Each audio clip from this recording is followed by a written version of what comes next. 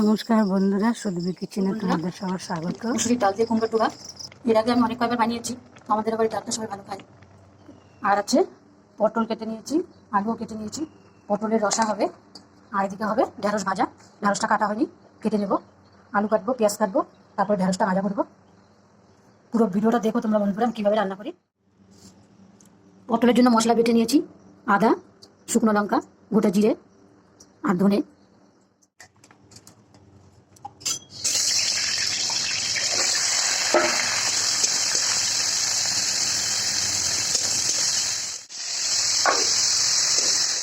আলুটাও লাল করে ভেজে নিয়েছি, এবার আলু কাপড় নামিয়েছি। আলু পটল তো ভাজা হয়ে গিয়েছে, এবার ফোড়নে দেবো তেজপাতা,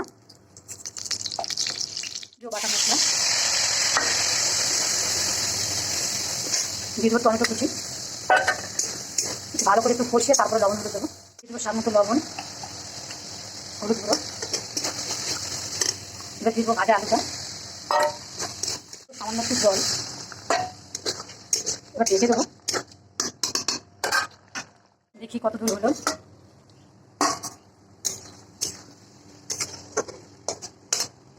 আর একটু কষিয়ে নেবো, দিয়ে দেবো জল। রসা হবে, অল্প জল দেবো, এটা ফুটবে। তারপরে ঢেঁড়স আলু কেটে নিয়েছি। বন্ধুরা, আরও একটা জিনিস আছে, সেটা হলো কলার ভর্তা। এর আগে অনেক কয়েকবার বানিয়েছি, কমপ্লিট করে দেখালাম তোমাদের। রসুন, কাঁচা লঙ্কা কালো জিরে দিয়ে বেটেছি। খুব ভালো করে সেদ্ধ হয়ে গিয়েছে। এবার দিয়ে দেবো পটলটা,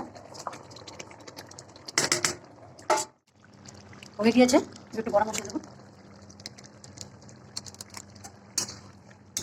এবার নামিয়ে নেব।